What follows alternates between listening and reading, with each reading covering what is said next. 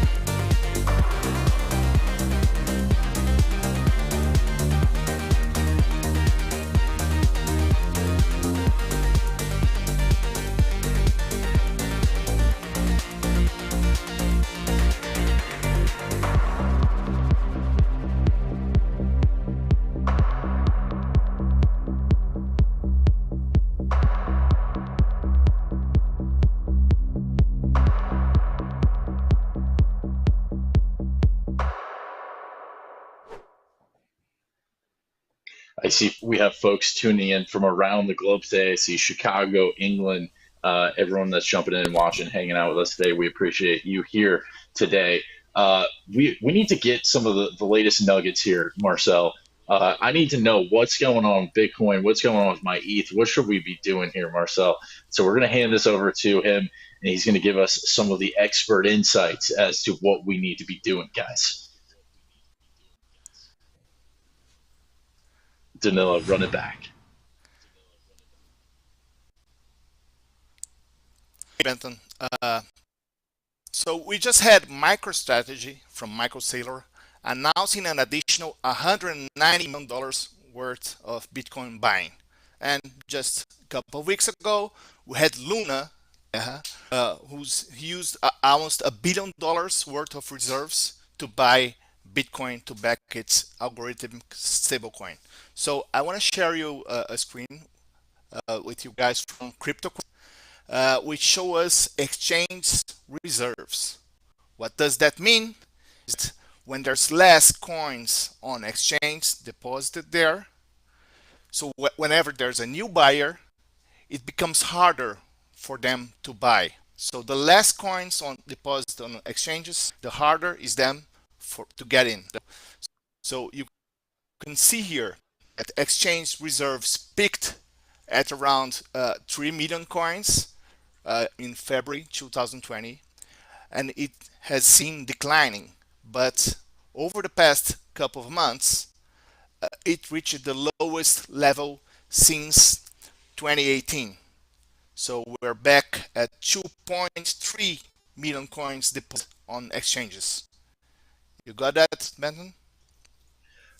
I do. And so I guess what is that telling us though? Why is there now this like limited supply? Is that because these big companies like MicroStrategy, the Terra Lunas are going in and scooping up the supply? Good question. Thank you, Danilo. So there's two things happening over here, Benton.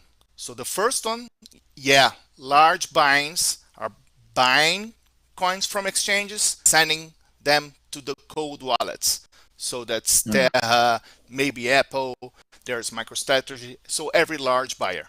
But there's another phenomenon going on here, which I think it's even more important. Holders of Bitcoin, from small guys to the large guys, haven't moved their coins over the past 12 months. So over the past year, less than 30%, less than 32% of the coins have been moved. And I want to show you another screen here from Coinmetrics, which is going to make you understand easier what I'm saying here right now. So if those coins haven't moved over the past 12 months, what does that tell you, Benton? It means that they saw the price dropping to $29,000 and didn't sell. They saw the price going up to $69,000 and didn't sell, which means those are diamond hands. So the chart here you have from Coinmetrics is the percentage of supply that moved over the past year. And as you can see here, only 36% of the supply moved in the past year. So this is the lowest number since August of September 2010. So since the Satoshi year, we hadn't had that many diamond hands. Thank you, Danilo. So I guess Marcel, what does that tell you though? If you have this many diamond hands, we have the true believers of Bitcoin now that are not moving their Bitcoin no matter what, whether it's at a low or whether it's at an all-time high. Is that kind of the setup for the next price explosion? Like, what does that kind of tell you? Well, Benton, almost, because we have a slight problem here. And the problem is, as usual, apes, the guys who use leverage, who use derivatives contracts. But that's the opposite of what you're thinking. So, because normally crypto traders are exaggerated optimists. They're always using leverage to buy more crypto. And this is the root cause of those billion-dollar liquidations that we see when Bitcoin crashes 10%, then the price suddenly go down 20% because of leverage. But this time around, what is happening is just the other way around. So the futures premium, which measures how much those traders are using leverage, is showing that they are neutral right now. There's no excitement going on. And this worries me. So I want to show you another screen. Danilo, if you can share, please. So the futures premium, also known as the basis rate, tells us if whether the longs, the buyers, are using more leverage, or the shorts, the sellers. So in a neutral market, this premium should be between 5 to 12%. Neutral market. If the markets are bearish, this premium is going to be below 5%. And we just saw that in March, the premium went to 2 or 3%, which is extremely bearish. But right now, even as the market rallied to the highest point in 4 months, the premium is stuck at 6%. So it shows me that those traders are not confident with the Bitcoin price right now. Thank you, Danilo. So my question is for both you and for Jordan, what are those guys so afraid of? Is it regulation? Is it a US housing crash? Is it Satoshi coming back from the grave? I don't understand. I want to hear your opinion. Why are those professional traders and the retail apes not going extra long in Bitcoin right now? What is your opinion? Well, I think that Jordan, there's a I'll let lot you jump going in. on. I think there's a lot just going on in the macro world, from conflicts to economic uncertainty, rising inflation. Like, yeah, the people that really want to save their wealth and money are like, Bitcoin's a no-brainer. But the people that are just in there trading money, they're scared, and they kind of pull back in that fear. It causes people to be a little bit more conservative, and they're afraid of it. And I don't know, I look at a lot of these things, and I compare it to what I hear in other realms, and like, yeah, the Bitcoin tokens aren't moving, but a lot of people say that one of the strengths of an asset is its token velocity, or how much it's moving around the economy. So if nobody's moving their tokens, what's the like? I don't see what's pulling people into this ecosystem. You got Michael Saylor buying thousands of Bitcoins, Do Kwon over here buying thousands of Bitcoins. That means that the Bitcoins are being held largely by big institutions in large amounts. There's only 21 million Bitcoin total. That's a fraction of a fraction of a fraction of the world's population. And yet you don't even have 21 million people, individuals, that want to hold one Bitcoin. It just seems like nobody's really incentivized. This is still so early in this game. And the utility of the Bitcoin token isn't there yet for people to want to hold it and spend it in their everyday lives. I don't know. Yeah, I'm going to agree with Jordan in the context of the geopolitical realm that we find ourselves in.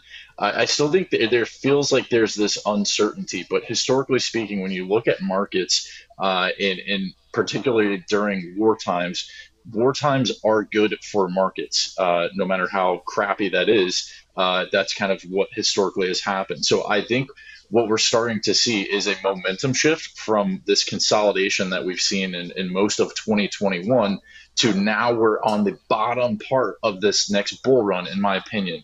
Now, why are people still, the professionals, to answer your question, Marcel, why are they not as bullish? I don't know, because I feel like the winds are changing and you can kind of start to feel the sentiment shift where people are starting to get that excitement going again. You're starting to see some of these altcoins, like for example, Zilliqa, I saw do like a 30% pump. in the last week. You're starting to get these random altcoins that are starting to pump. You saw waves make moves. And so I think this is going to be where we retrace back to 45K where we're at right now. And then I think we're on our next leg up past 50K next. I'm curious to hear what the audience thinks about this, because I think this is a great question. Why are the professional traders not as bullish right now, which Marcel just walked us through, showing us that chart where it's still below and hanging around this 6%, which he mentioned to us is pretty neutral right now. So what do you think, audience? I want to hear from you today. What are your thoughts? Why are professional traders not as bullish as one may think? Marcel, what is your take on this, though? I'm curious to hear from you. Okay, Benton. I think there's two scenarios that can happen that will make those guys extra bullish in Bitcoin. So the first one is an external event, such as the spot ETF approval, or Apple buying $3 billion or worth of Bitcoin, or a large bank or another country using Bitcoin as the official currency or adding reserves in Bitcoin. And the second option, the second scenario that I see, is an abrupt issue on the fiat system. For example, the SWIFT international remittance, if China or Russia or both say they're no longer doing deals with the SWIFT international payment system, or governments like Canada or New Zealand or whatever implementing the social credit system and the CBDC.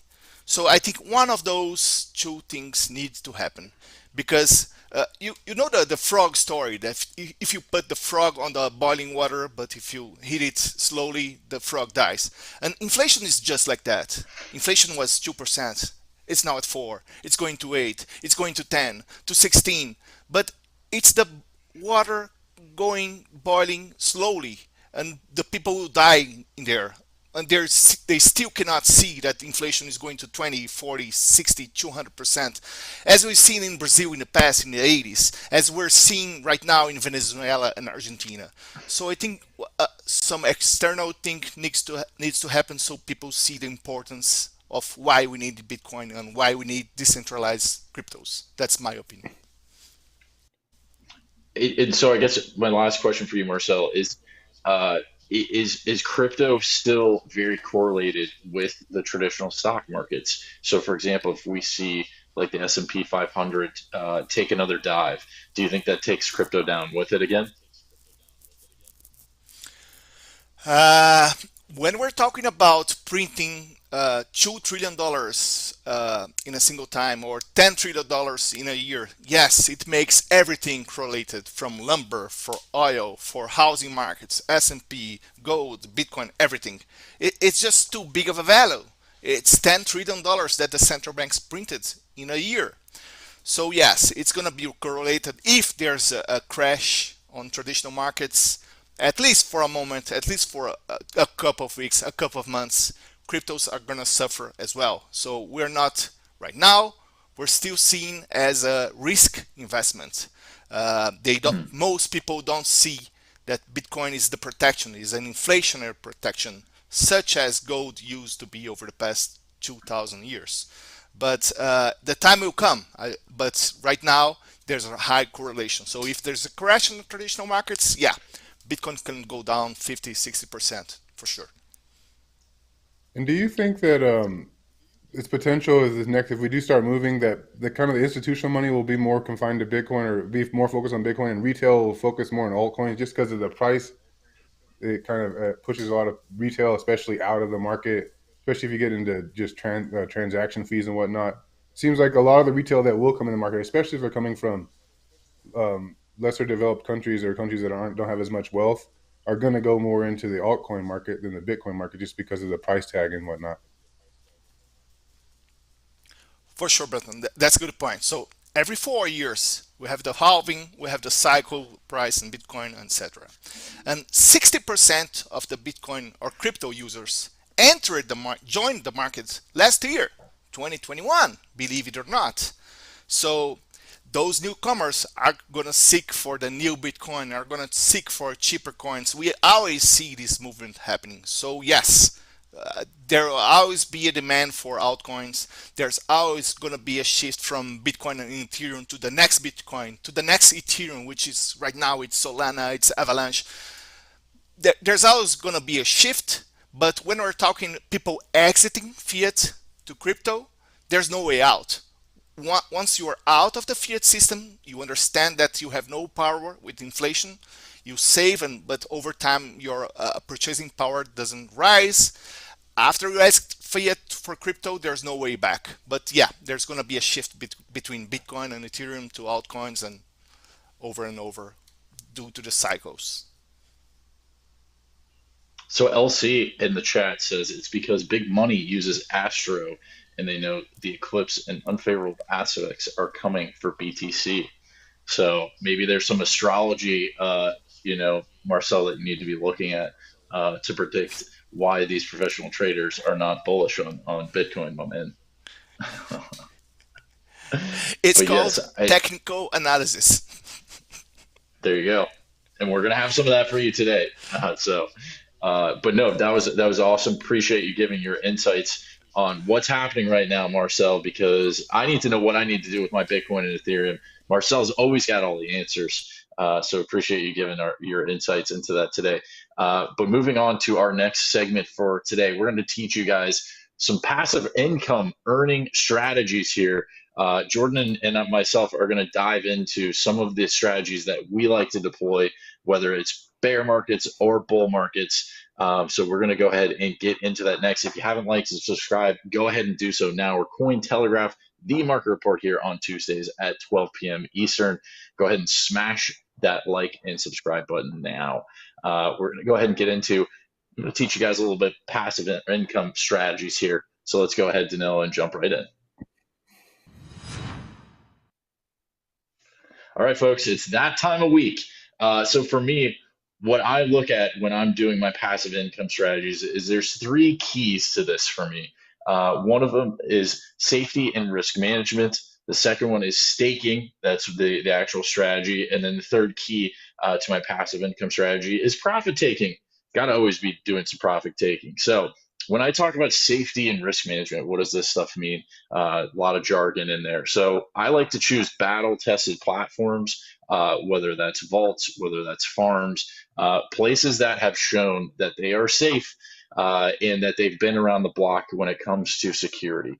So that's number one. Number two is sometimes you need to be willing to take certain risks when it comes to navigating the DeFi world. I myself love DeFi. I see the power of it. I think it was Tony Robbins that said the seventh wonder of the world is compounding. That's why I love DeFi, is the ability to compound your yields and earn. So for me, that's a big component to part of my passive income strategy. But in order to kind of get involved with this sector in particular, you need to understand some of the risks. So what are these risks when it comes to DeFi? That means smart contract bugs, it means exploit hacks, it means rug pulls, it means anything under the sun like impermanent loss. So knowing what these are and how to navigate them, I think is an important aspect to my passive income earning strategy, because you want to keep your money safe and you want to keep your crypto safe when it comes to especially earning passively. But also at the same time, you have to be comfortable with your appetite for certain risks. Because sometimes those risks can really pay off. All it takes is one coin sometimes. That's always been my saying, is all it takes is one. Now, when it comes to the staking aspect of this, one of my favorite ways to earn income is using Beefy Finance. This is a platform I've used for just over a year now. The reason why I like this to deploy a lot of my strategies is that it aggregates several different blockchains into one place. And so for me, I don't have to constantly shift back and forth. I'm going to the same place and I'm earning passively. And guess what? It's set it and forget it. Once you stake your LPs and you stake them in the vaults, it auto compounds the yield, so you don't have to think about it. Now let's dive into, I'm going to go ahead and share my screen here because I want to show you all what exactly I mean. And so when I'm staking, this is kind of part of what I like to do is I use the Beefy vaults here, and I'm going to show you an example now. Danilo, if you wouldn't mind just pulling up my screen here. So this is Beefy Finance. This is a multi-chain yield optimizer. And so what we're going to do today is I'm just going to kind of quickly walk you through how to actually stake on this platform and what it means. So you're going to provide liquidity, and I'm going to go ahead and sort this blockchain to Binance blockchain because I have my BSC wallet open, and I'm just going to show you how to stake a little USDT here. So I'm going to scroll down. Actually, we're going to find USDT, and I am going to show you guys how to stake a single Benton, asset today. Yes. do I need two coins to stake a single coin or a stable coin, for example? So you can stake a stable coin, a single asset. You can do 3 assets. You can do 2 assets. So it really depends on what your appetite is. So here you can see you can make an AVAX USDT pair. I'm going to show you how to make a USDT pair. So this is straight staking USDT. So the great part about Beefy here is that when you go to this vault, it tells you exactly where you need to create your liquidity. So here on Stargate, I'm going to show you. I'm going to go over here to Stargate, which is the actual place where I'm going to stake. I'm going to go ahead and approve this transaction here.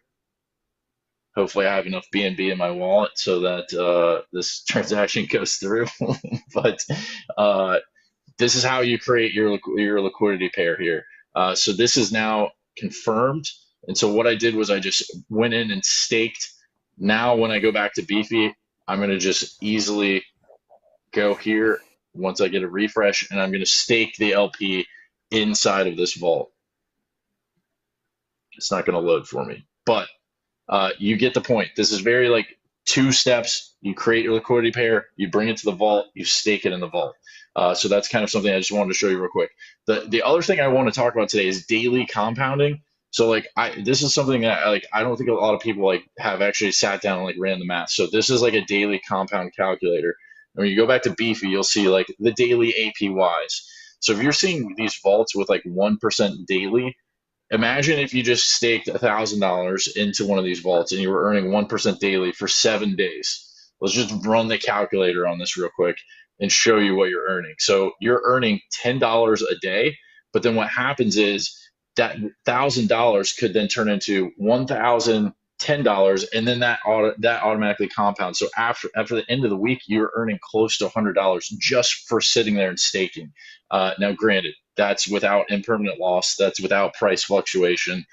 So when it comes to this stuff, I always just like to emphasize looking and actually drilling down on some of these numbers with APYs and understanding like what do they mean. So for me, that's kind of like the power of passive income. And this is one of the platforms that I like to use the most. So that's my passive income strategies. Is there any way to protect against any potential like exploits on a Beefy finance or anything, or is it just kind of something you take in with risk?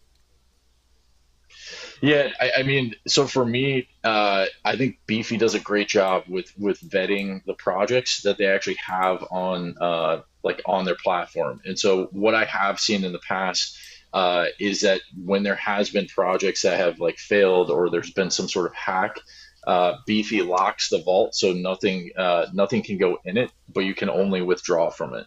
And so typically they do a good job when it comes to the security of locking it down if there is ever like an exploit on the main protocol. Go ahead, Marcel. Benton.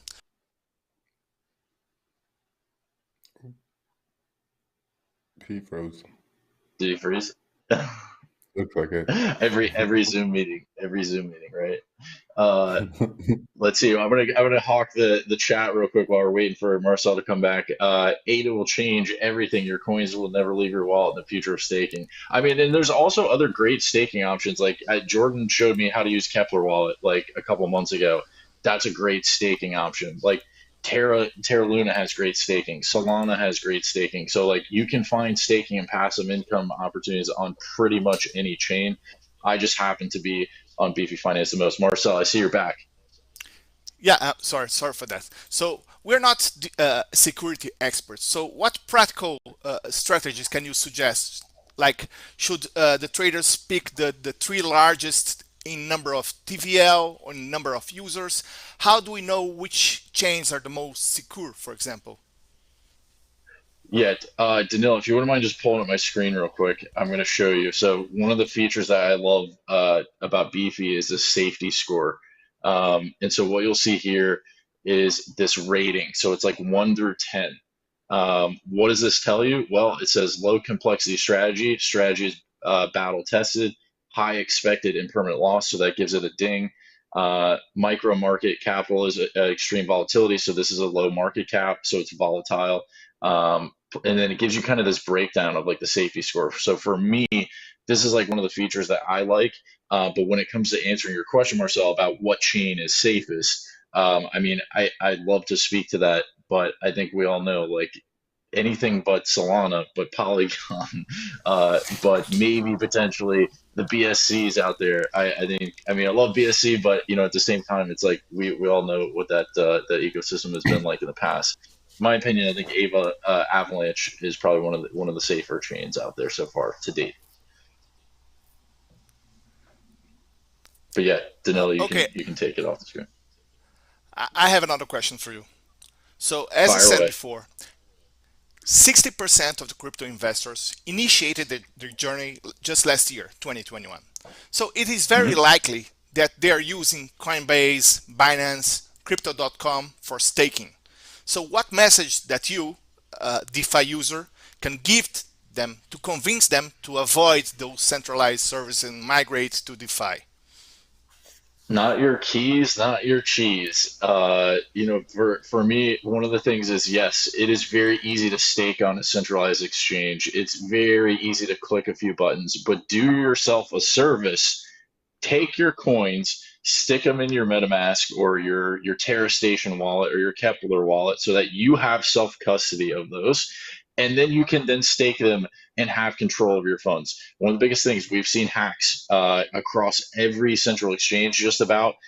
You don't want to fall victim to that. Second of all, there's typically lockup periods when you're staking on centralized exchanges, which means you have to lock up your funds for a certain amount of time. For me, I do like to have that flexibility to be able to withdraw whenever I want, whenever I choose to, because I like to take profits when I hit my profit targets. So for me, that's one of the big keys is as you're getting integrated into the crypto world, understand, yes, there is easy staking options, but they may not be in your best interest. And so doing a little bit of extra homework and learning how to use a MetaMask or how to create an LP pair can go a long, long way.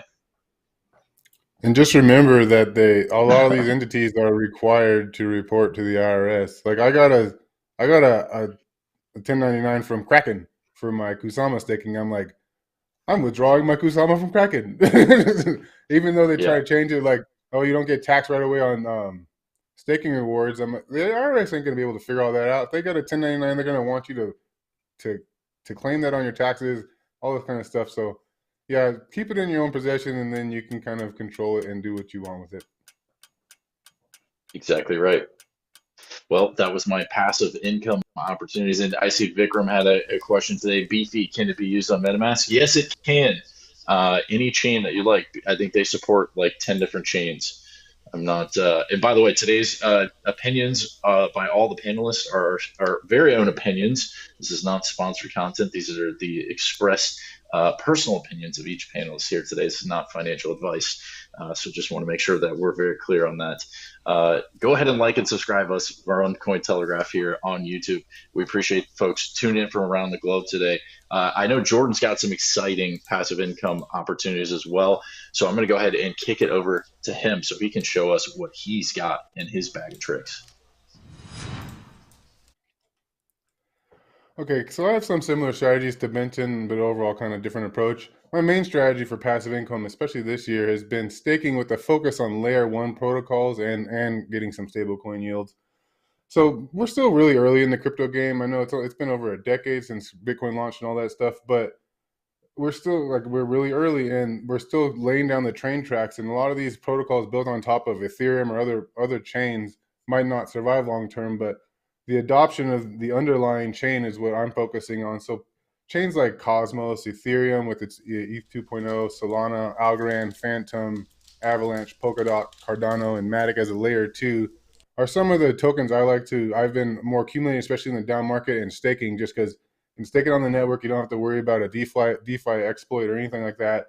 It's just passive income. Some of them, like Algorand, you just put it in the wallet, it starts staking, it's compounding on its own. As Benton mentioned, you don't have to worry about setting it to auto compound. I know somebody brought up Cardano. That's been a really easy stake for me too, especially buying it back at 3 cents and then just letting it stake for the last year or so. I can't really complain about that.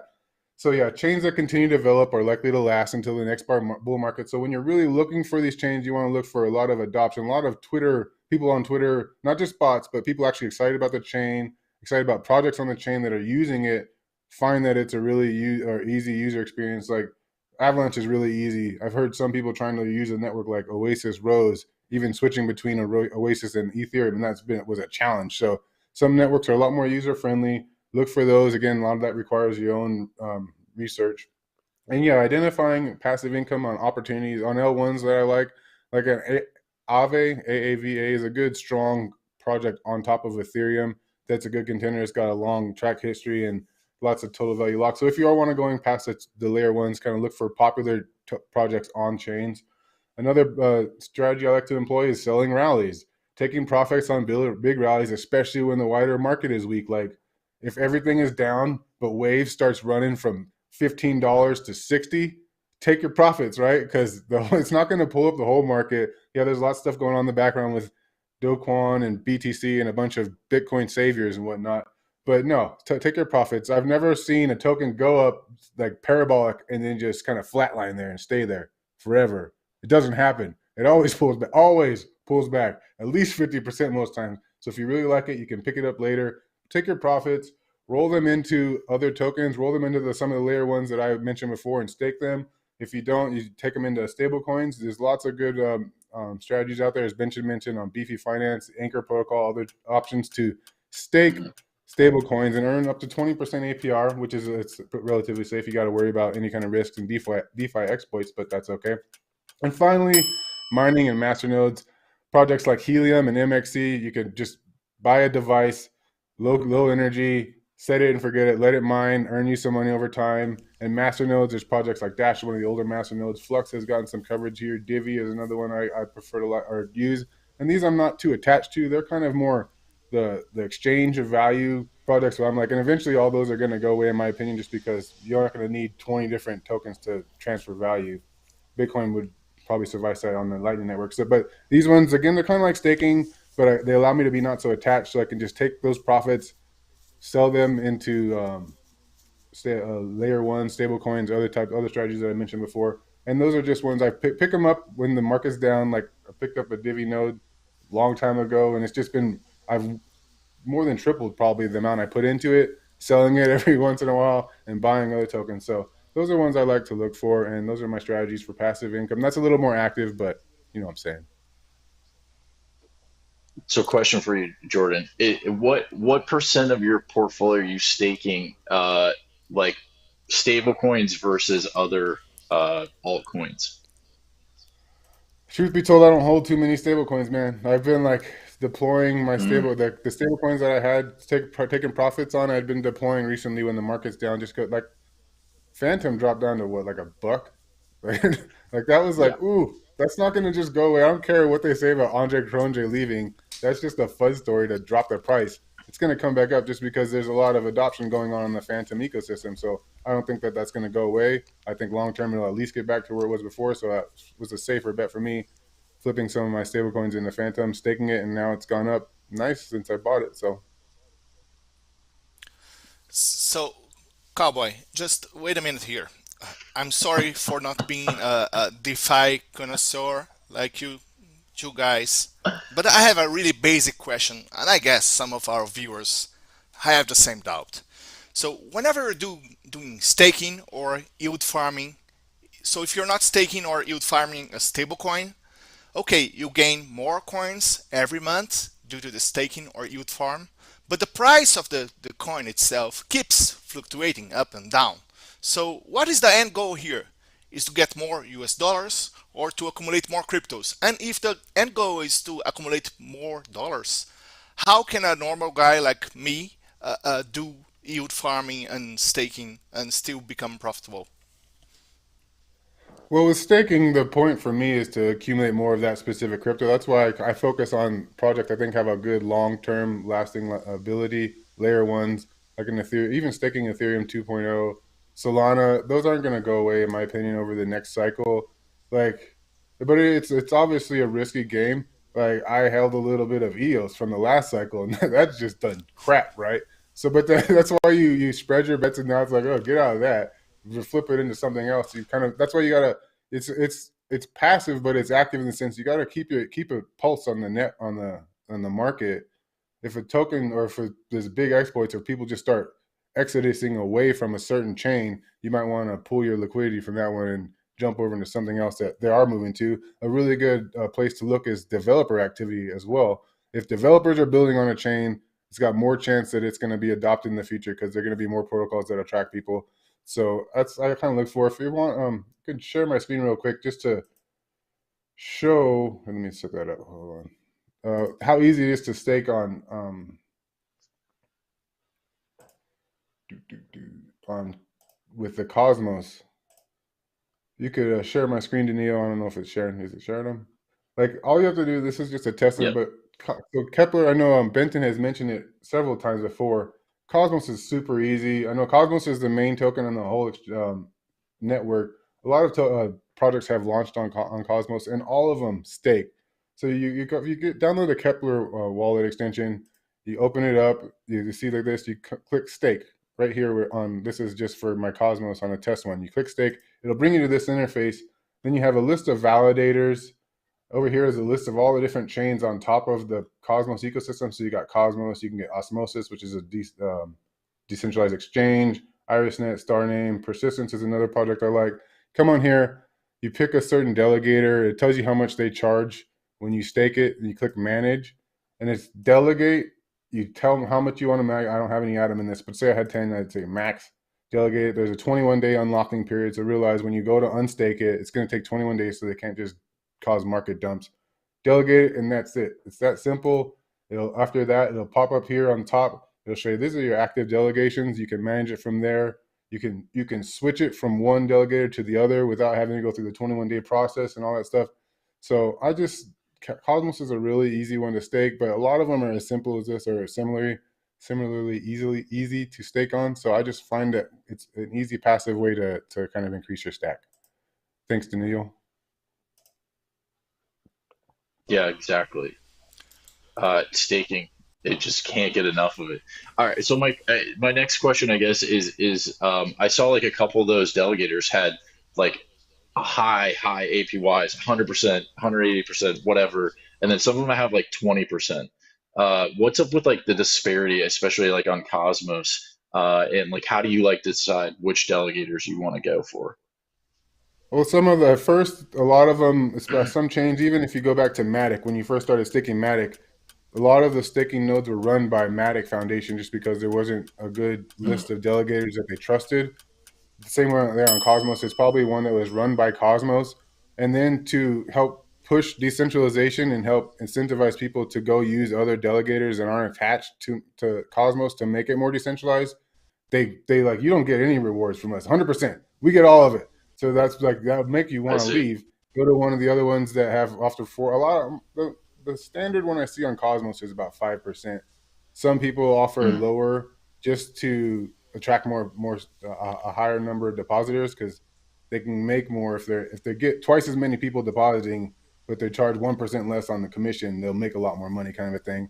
You can check a lot of them. They'll offer a website for that delegator. You can go to the website, look it up. I like that's doing your research. Go there, check out the website, see how active they are. They have a Twitter page. Are they posting every day and talking about the ecosystem and showing how actively involved they are? And there's some that you'll see on every single token, like I think there's like a binary or something. There's Stakefish was one I think that offers a lot of staking on all the different projects on Cosmos. So those ones I like to do too. They're more secure and they seem like they're more invested in the ecosystem. Yeah, Marcel. Yeah, fire away, Benton, Marcel. we still have time for one more question. Yeah, Okay. yeah, we got one more question. So, Jordan, you constantly remind us to take profits. But when we analyze altcoins, it's a handful of them post 600% gains, 1,000% gains. For example, I can cite Shiba, Gala, Axie, Terra, Sandbox, Solana just over the past year. So if the holder sold with 100% gain or 200% gain, he would be way behind. He would be way behind the holding strategy. Those guys who got 1,000%, 2,000%. So what is the best strategy here? To hold or to sell when you get 50 or 100% gains? It's a little bit of column A and a little bit of column B, man. It's a tricky game. I'll just take waves for this past example. It was what, like $10. It shot up to like 19. The whole market was weakness. Everyone's like, Bitcoin's going to 20,000. I'm like, damn, I should sell some of this waves. So I sold a little at $20. I could have tripled that profit, right? It went up to 60, and I did sell eventually. I had some that I put on a sell order on an exchange for $60, and it filled. So it's a tricky game. But what you said, the people that just hold come out ahead. I'm like, no, they don't, because they watch Shiba go up, and then it goes all the way back down. They're still holding it. Like the point of taking profits along the way is look at every chart that's ever existed for crypto, and you'll realize like it goes up, and then especially if it starts going parabolic, it comes back down, and it comes down quick. So like and this is my own experience through several cycles now, and holding through pumps and dumps. It's like, damn it, that didn't feel too good to become like rich and then poor again. So just like set your profits, or try, even some like really hardcore people say, choose where you're going to sell something before you even buy it the first time. So you set a sell order on an exchange and you just leave it there. I don't know, don't be greedy in this game. Take your profits along the way. Greed will get you dead. Even if it goes up, if you get 700% gain, you could have gotten 1,200% gain. Are you going to really be that sad when it goes back down to where you would have actually lost money if you held it? Not in my opinion. And even now, like I kind of ignored this last year. When the whole market's pumping, I'm kind of developing a rule to not buy any new token, because we're in a hype cycle, and it's going to come back down. And we know we were expecting Bitcoin to go to $100,000 last year, but it never did. So that held me from cashing out a lot of the tokens that just went parabolic on my portfolio, only to have them now like a tenth of what they were before. So it's just taking your profits along the way. Know it's going to go down. If it doesn't go down to where it was, that's okay. There's going to be another token. There's thousands of tokens. There's always another rally to catch. Don't FOMO. Just take your profits, enjoy the gains. You have to like go to the traditional finance, like making a 200% gain is a dream. They're like, can I get that over 10 years? 200% gain? I'm like, crypto, that's like, let's get that over a week, guys. Come on. So yeah, take your profits where you get them. Don't poo-poo somebody else's. Don't hate on somebody because they made some nice gains. Appreciate their gains and know you'll get it around the next time. Yeah. I see a question from Vic Invest here. He's asking, what's the difference between APR and APY? From my understanding, APR measures the interest charged and APY measures the interest earned. So hopefully that was able to answer your question, Vic. Now, when it comes to, do you have a good explanation for that, Jordan? No. And I just want to kind of like dovetail into what Jordan was saying is set your targets. If you have a principal amount that you invested and you're able to recoup that, then you let your moon bags ride, and then you can ride it to Valhalla. It's always a safe way to do that, especially when you're taking profit strategies. Definitely great insights from Jordan. Target. Stick to your target. I've done it myself where I'm like, I'm going to sell it when it gets here. It gets there, and I'm like, man, this thing is hot. It's going to go here. I'm not going to sell it till then. And then it's like, boom. I'm like, dang it. So yeah. Take your profits. Pick your targets and stick to your, We are all humans, and we all deal with the human emotions when it comes to money. So I want to move us along here to our Markets Pro segment this week. We had two heaters. We had Secret Network and we had FractShare, and we're going to show you what happened this week and why you should have been using the Markets Pro platform to catch these trades. So Danilo, let's go ahead and get into our Markets Pro coins of the week.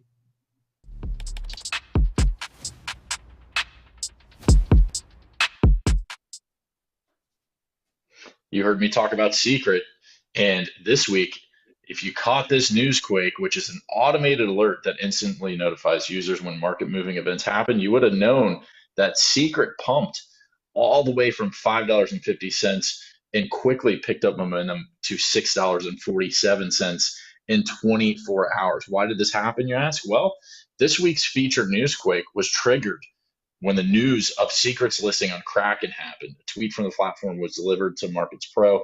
That's where you see this circle here On the bottom, that's a newsquake alert. The white line is price. That's a 17% gain. I mean, I don't know who is not taking 17% right now. I would take that any day of the week. But that's the power of the newsquake is you kick that alert, you're able to action that, you pull it up on the platform, and then boom, you're trading secret, you're hopping on that wave, and you're riding that up for a 17% gainer in 24 hours. That's a solid trade right there. Now, the next token that we had on our radar this week was Frac Shares trading under the ticker FXS. And if you're not familiar with the Vortex score, it is a comparison between the current market and social conditions of those in the past. Now, what happened this week? Well, we saw that 84 Vortex score.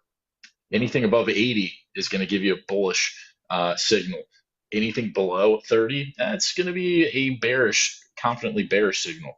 So what happened? Well, this token first lit up the indicator of historical bullishness on March 31st when the Vortex score reached 84. And what happened? Some 50 hours later, these favorable conditions materialized in a massive rally that took FXS's price from 22.90 all the way up to 40.55. That is a huge price increase. That's almost a 2x. I mean, you see that 84 light up. I'm typically hawking anything that's like close to a 90, but sometimes you catch these Vortex scores in the mid 80s and they just take off. It's a 65% gain against the dollar. You'd love to see that. I don't know who wouldn't take that. I would. I'd take that all day. That's why I use Markets Pro when I'm doing a lot of these trades, and that's why Marcel, he uses it. Jordan uses it. We all use it. You all need to be using it. And that's why we're giving away the 1 month subscription today. So drop your Twitter handle in the chat. Adrian, are we doing a poll today? Can we get a poll going here? Best strategy or what do we got? So I guess while we're waiting, if you haven't dropped your Twitter handle in the chat, go ahead and do so now. We're going to select that winner for the 1 month subscription. Jordan and Marcel, why don't we have your closing thoughts for today while we let folks submit their Twitter handle in the chat? Yeah, I think I'm an altcoin person. Like, in my opinion, Bitcoin is going to be the conservative play in the future of crypto. Bitcoin will be the conservative play, and all the old fogies that don't want any excitement will be Bitcoin. And that's not me currently. Just because of the price tag, you're sitting there $45,000. A lot of people coming into the market in the future aren't going to want to pay $40,000 to try and get one token. So I think the biggest gains will be in the altcoin market. The safety play is definitely Bitcoin and Ethereum. I plan on taking my profits in my altcoins and maybe rolling them into Bitcoin, Ethereum, some stable coins, playing all the day, and gold and silver and a house and some land, because I'm not going to have nothing and love it. I'm going to have some physical things as well as like digital things and love both. So fair enough. Marcel, what are your closing thoughts for today? I think Benton's strategy is about right. Right now, there's too much uncertainty going on. We don't know if there's going to be a housing crash. We don't know if they're going to raise interest rates to 5 or 10% suddenly. We don't know if they're going to print another $3 trillion to bail out governments and stuff. So whenever there's uncertainty, a cash position or a conservative position is good. So I don't know, maybe leaving 33% cash, 33% Bitcoin or you like, and 33% in S&P or gold, some traditional investments that you know that even if they go down in value during crisis, after 3 or 4 years, we're good to go. So I think it's time to be prudent, to be safe. I don't think it's time to go all in on NFTs, altcoins, or doing leverage right now. So just play conservative, have at least 20% position in Bitcoin, and you'll do good. Very, very wise words from Marcel. I think for me, it's like I'm just dollar cost average. That's the easiest way to keep you stress free. Keep it easy breezy. Get your exposure where you need to. Dollar cost average. Do your staking. Do your passive income. Do your crypto mining. I thought that was a great point that Jordan brought up today, was that passive income opportunities just by mining. And it's as simple as plugging in something into your wall. that actually does the mining for you. You don't need to know how to code. All great options. And I see we have the poll live now. It looks like we had it up in a different language earlier, but now it appears to be in English. So if you thought Jordan or myself had great insights today, we would love for you to cast your vote. I see folks are chiming in the chat, though. We have some folks dropping in. Looks like their Twitter handles, because we are going to give away that 1 month subscription of Markets Pro. Let me see who is in there. Who's going to be our winner chicken dinner today? Jordan, Marcel, you see anyone in particular that's standing out in chat? Who do we got? We got 9 votes, folks. Don't know. Get your votes going.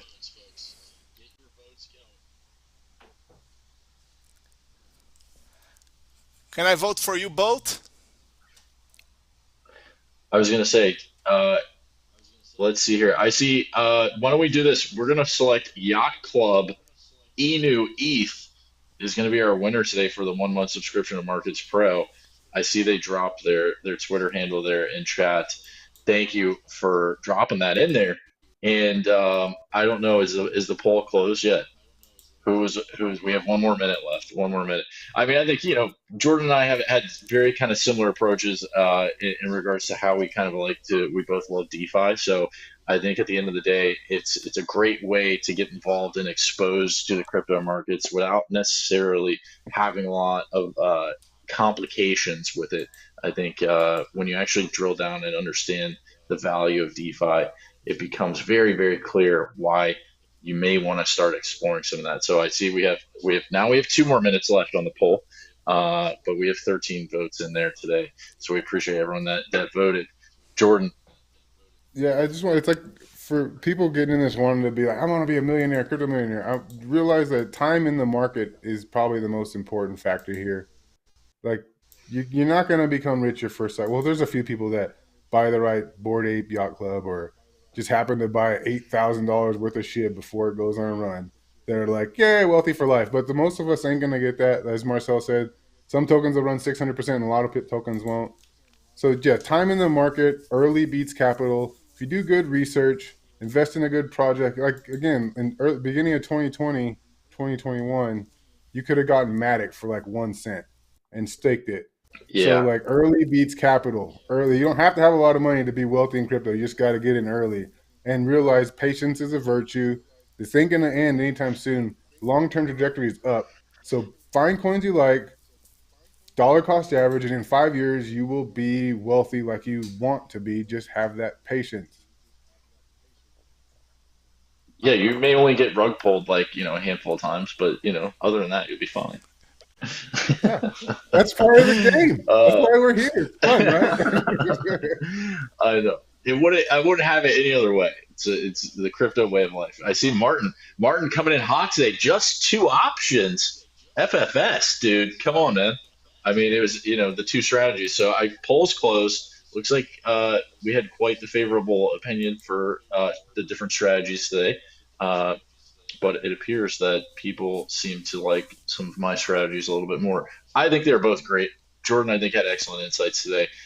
Folks, we appreciate you tuning in for passive income strategies chat today on the market report. I know we are going to be looking forward to being at Bitcoin Miami this week. If you all are going to be down there, make sure you stop Cointelegraph and say hello to us.